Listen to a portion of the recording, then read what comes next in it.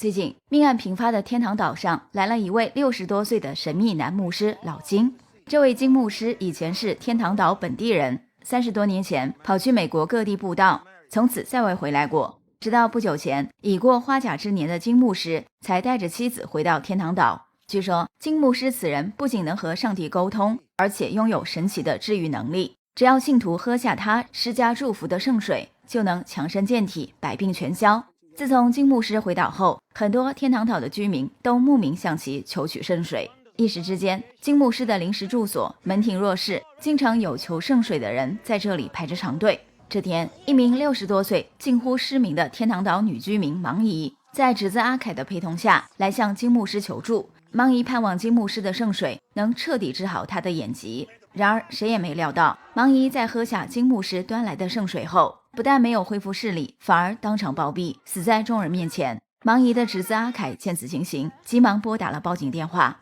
天堂岛警局的新任局长杰叔随即带队赶到现场，对案件展开调查。芒姨的口腔黏膜有明显灼烧的痕迹，杰叔据此初步判断他是死于中毒，但具体所中何毒还需要法医的进一步尸检结果。而芒姨喝剩下的半杯圣水散发着一股怪味，像是遭人投毒。杰叔先是让下属警员逼哥将半杯圣水以及一只用来盛放圣水的水壶立即带回警局检测。杰叔自己则对芒姨的侄子阿凯展开了问询。根据阿凯的证词，芒姨并不是天生眼盲，而是因病丧失了视力。5年前，芒姨的颅内长了一颗良性肿瘤，虽然后来医生经过手术将这颗肿瘤成功切除，可是由于肿瘤长时间压迫视觉神经，最终导致芒姨近乎失明。他平时只有戴上眼镜才能勉强看清楚近处的景物。3天前，芒姨在得知金牧师回到天堂岛后，情绪显得十分激动，并立刻要求侄子阿凯带自己去见对方。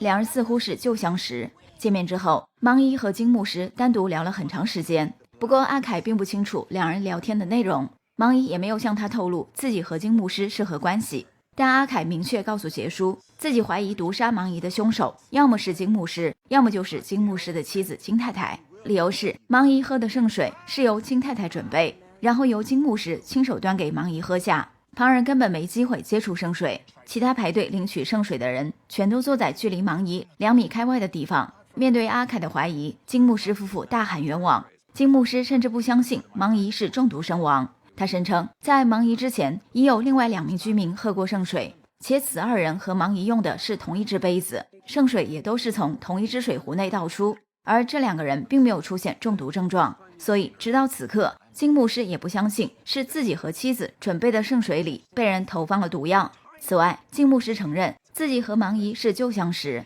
，2人曾在同一所中学读书，只是35年前金牧师离开天堂岛前往美国定居后，就与芒姨彻底断了联系。他对芒姨早就没什么印象，直到3天前，芒姨主动找上门，谈起2人上中学时的往事，金牧师才隐约想起来自己以前和对方认识。结束对阿凯和金牧师夫妇的问询后，杰叔又让警员老莫和玫瑰详细调查一下死者芒姨以及金牧师夫妇的个人信息和社会关系，自己则独自去了一趟芒姨的住处。芒姨生前终身未嫁，父母早已离开人世，平时过着与世无争的独居生活。侄子阿凯是他唯一的亲人，偶尔会上门看望他。杰叔在芒姨家中搜寻时，没有发现什么有价值的线索，只有一本芒姨少女时期的日记引起了他的注意。芒姨在日记中多次提及金牧师的名字，2人的关系像是非同一般。随后，杰叔将这本日记带回警局，仔细阅读了一遍，结果有了重大发现。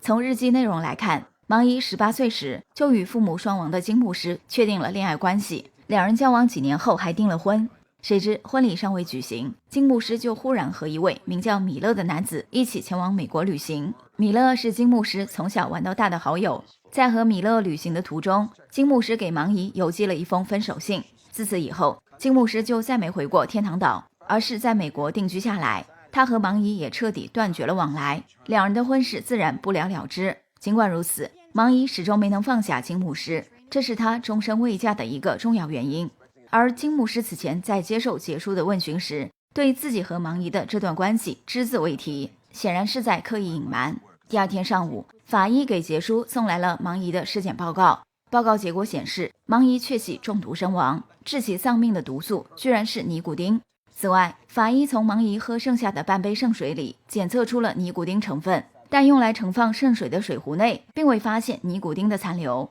凶手应该是将毒药投放在了芒姨喝圣水的杯子里，并且这种尼古丁的制作方法并不复杂，只要将大量香烟投入水中蒸煮，就能提取出足以致命的剂量。杰叔看完尸检报告后，警员老莫和玫瑰又向他汇报了各自查到的信息。根据玫瑰的调查，芒姨失明之前是一名小学教师，平日里与人为善，从未听说他和别人结过怨。如果非要锁定一名嫌疑人，那么只有芒姨的侄子阿凯存在杀人动机。阿凯是芒姨遗产的唯一受益人，而且不久之前，阿凯刚因经营餐厅不善，欠下了一笔不小的外债，急需一笔钱来摆脱财务困境。问题是，玫瑰对案发时现场的所有目击者都进行过问询，大家一致声称，案发期间阿凯从未接近过芒姨喝圣水的杯子，根本没有投毒的机会。而老莫联系上了金牧师远在美国的私人会计，并从对方口中挖到了一些关键信息。据说金牧师是一个彻头彻尾的骗子，他的所谓能和上帝沟通以及神奇的治愈能力全是骗人的把戏。金牧师向信徒们提供的圣水只是经过过滤的自来水。很多人之所以对金牧师的超能力深信不疑，是因为对方花钱雇佣了不少托，四处宣扬他的超能力。等到个人品牌打响后，金牧师又以布道为名，在美国各地骗取信徒们的捐款。有些信徒喝完圣水后觉得身体变强或是病情好转，仅仅是一种心理上的安慰剂效应。除此之外，私人会计还向老莫透露，金牧师此次突然离开美国返回天堂岛居住，是因为一桩丑闻导致他在美国混不下去，这才回到家乡避风头。至于是什么丑闻，私人会计则不得而知。杰叔在听完玫瑰和老莫的汇报后，忽然想起了金牧师从小玩到大的好友米勒。30多年前，金牧师和米勒前往美国旅行时，金牧师留在了美国，米勒应该回到了家乡。或许米勒知道金牧师闹出的丑闻究竟是什么，可是警局资料库里查不到米勒的个人信息。杰叔只得和女警玫瑰一起驱车来到金牧师和米勒的老家询问情况。这里是一处靠近海边的小村庄，由于即将被拆迁改建成度假村，村里的居民都已搬走。杰叔和玫瑰找了一圈，只见到了本地的一名20来岁的年轻小伙，他是受开发商雇佣，留在村里看守村庄，以免游客和闲杂人等跑来这里露营或存身。根据年轻小伙的证词，他从未见过什么米勒，村里也没有叫米勒的人。不过5天前，金牧师倒是回过自家老宅，对方当时还跟看守村庄的年轻小伙闲聊了几句。说着，年轻小伙就将杰叔和玫瑰带到了金牧师家的老宅。两人在这座老宅里搜寻了半天，也没找到什么有价值的线索，最后只能无功而返。回到警局后，玫瑰立即打电话联系上了金牧师老家的几名上了年纪的邻居。据邻居们回忆，米勒当年和金牧师前往美国旅游后，就再没有回过村庄。估计是因为米勒的父母早亡，在村里也没什么亲属，所以就在美国定居了下来。难怪看守村庄的那名20多岁的年轻小伙不认识米勒。另外，邻居们还向玫瑰透露了一个重要线索。30多年前，当米勒得知金牧师和芒姨订婚后，曾和金牧师大吵过一架，好像是米勒极力反对两人的婚事，这让杰叔愈发觉得米勒此人或许是破解芒姨遇害案的关键，因而他让玫瑰务必尽快找到这个人的下落。然而出人意料的是，玫瑰翻遍了当地的居民档案以及所有航空公司和银行的记录，都没能找到米勒的任何个人信息。在过去的35年里，此人既没有消费记录，也没有乘坐过需要实名登记的交通工具，这显然不合常理。杰叔不得不怀疑米勒也许已不在人世。顺着这个思路，杰叔推理出了芒姨遇害案的一种可能性，那就是35年前米勒并没有和金牧师前往美国，而是遭到了金牧师杀害。金牧师在杀完人后，为掩盖罪行，对外谎称和米勒一同前往美国旅行。实际上，当年只有金牧师独自一人去了美国。他给芒姨邮寄分手信，解除两人的婚约，恐怕也是担心杀人罪行被芒姨知晓。米勒的尸体或许被金牧师埋在了自家老宅附近。金牧师在5天前回村，估计是得知了村庄即将被拆迁的消息，想要回去将米勒的尸骨挖出，以免罪行暴露。没想到开发商雇佣了一名年轻小伙看守村庄，金牧师才不得不暂时放弃挖出尸骨。如果这番推测属实，那么毒杀芒姨的凶手无疑就是金牧师了。3天前，金牧师曾和芒姨单独聊了很长时间，也许是芒姨知晓了金牧师当年杀人的秘密，并在聊天中透露过此信息，金牧师这才将昔日恋人杀死灭口。更重要的是，从案发现场的情况来看，只有金牧师有机会投毒。为了验证自己的推理，杰叔即刻带着手下的3名警员老莫、玫瑰和逼哥，以及刚入职天堂岛警局不久的一条警犬，赶到金牧师的老宅搜寻米勒的尸骨。果不其然，在警犬兄的协助下，4人很快在金牧师家老宅的后院里挖出了一具男性骸骨。法医随后的检测结果显示，这名死者遇害时只有20多岁，死亡时间大致是30多年前，死因是头部遭受重击。不过死者究竟是不是米勒，还需要找到米勒生前的牙科就诊记录，通过牙齿的比对才能确认其身份。在寻找米勒牙科就诊记录的同时，杰叔申请搜查令，带队对金牧师的临时住处进行了搜查，结果没能找到什么有价值的线索，只在屋后的垃圾桶里发现了一只装有小半瓶褐色不明液体的矿泉水瓶。经过检测，瓶中的褐色液体含有大量的尼古丁毒素，并且警方在矿泉水瓶的表面提取到了金牧师一个人的指纹。由于有了这份关键证据，杰叔随即派人将金牧师带回警局暂时收押。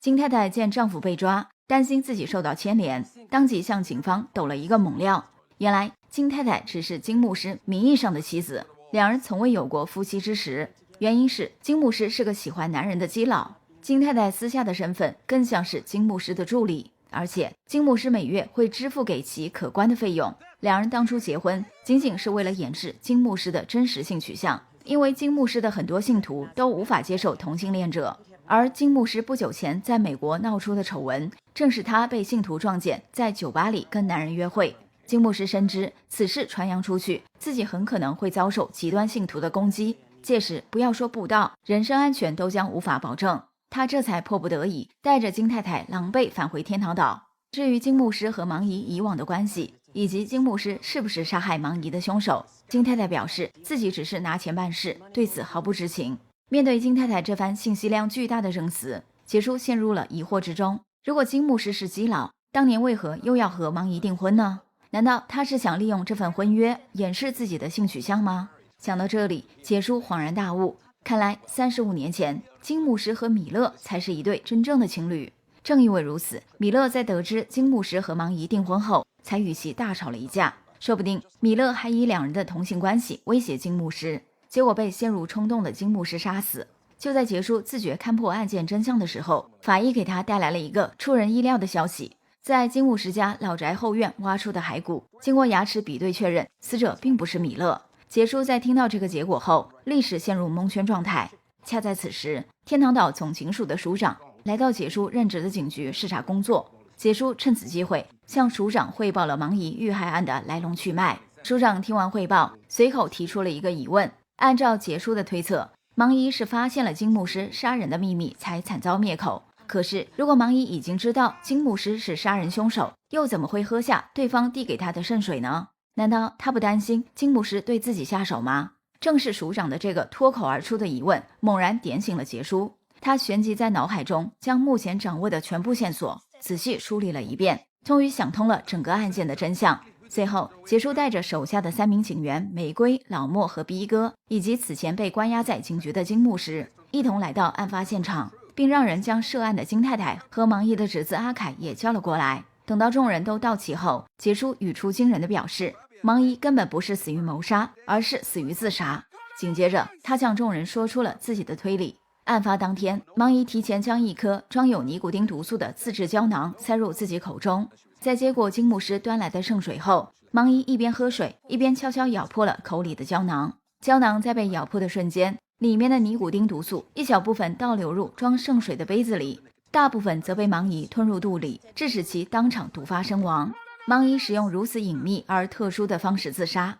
目的是想将自己的死嫁祸到眼前的这个金牧师头上。经常观看甜橙节目的小伙伴们应该都已经猜到，眼前的这个金牧师并不是真正的金牧师，而是金牧师的少年好友米勒。真正的金牧师早在35年前就已死于非命。警方在金牧师家老宅后院挖出的骸骨正是金牧师本人。杰叔在来这里之前，已让法医将骸骨和金牧师的牙科就诊记录做了牙齿比对，确认死者就是金牧师。根据杰叔的推测，是米勒当年杀死了金牧师，并将尸体埋在了金牧师家的后院。为了逃脱罪行，避免芒姨在寻找金牧师下落时发现自己的杀人秘密，米勒在杀完人后，先是冒用金牧师的身份远遁美国，而后又模仿金牧师的自己给芒姨写了一封分手信。芒姨在收到信后，并没有怀疑信是伪造，被迫接受了遭恋人抛弃的事实。直到不久之前，他听说金牧师突然回到天堂岛，于是马上情绪激动的让侄子阿凯领着自己去见了金牧师。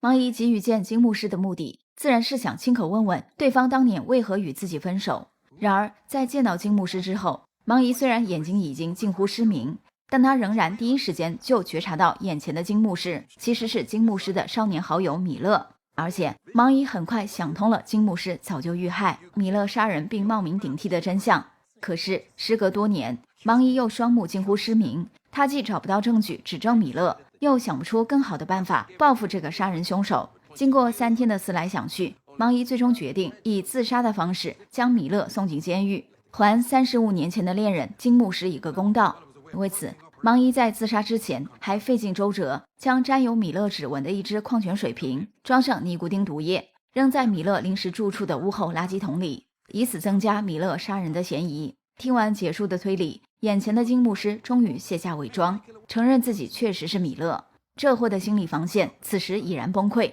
他当着众人的面一五一十地交代了自己的罪行和当年的案发经过。35年前，米勒深深爱上了和自己从小玩到大的好友金牧师。案发当天，他忍不住向金牧师表明了心意，恳求对方能解除和芒姨的婚约，跟自己在一起。可是金牧师是个直男，又跟芒姨真心相爱，当然没理由接受米勒的表白，所以他当场拒绝了米勒。没想到米勒在遭到拒绝后情绪失控，失手将金牧师推下身旁的楼梯，致使金牧师当场摔死。两人当时已相约一同前往美国旅游，金牧师连护照都已办好。米勒为了掩盖自己的罪行，匆匆将尸体埋在了金牧师家的后院。我们此前说过，金牧师在和芒姨交往时已父母双亡，家中并无其他亲人，因而至今没有人发现米勒埋尸的行为。埋完尸体后，米勒又使用金牧师的护照匆忙逃到了美国。此后他就以金牧师的身份在美国定居了下来。不久之前，米勒在酒吧约会男人，被信徒撞见，搞得灰头土脸。他本想离开美国，前往其他地方继续行骗，结果意外得知自己和金牧师家老宅所在的村庄最近将会被拆迁改建。米勒担心金牧师的骸骨在拆迁时被挖出，于是干脆返回天堂岛，想找机会将骸骨移出。不料开发商雇佣了一名年轻小伙看守村庄，所以米勒直到现在也没找到机会挖出骸骨。尽管他不是杀害芒姨的凶手，但对当年谋杀金牧师、冒用其身份的罪行供认不讳，最终还是遭到了警方的拘捕。本期的故事来自于高分推理英剧《天堂岛疑云》中的经典案件致命圣水。此案中凶手身份交换的轨迹并不难猜，难猜的是死者将自杀伪装成了谋杀来嫁祸凶手。不知道小伙伴们在观看过程中有没有提前猜到这个案件的全貌呢？好啦，今天就到这里吧。喜欢我们节目的小伙伴别忘了点个关注，让甜橙的声音长期陪伴您左右。下期见。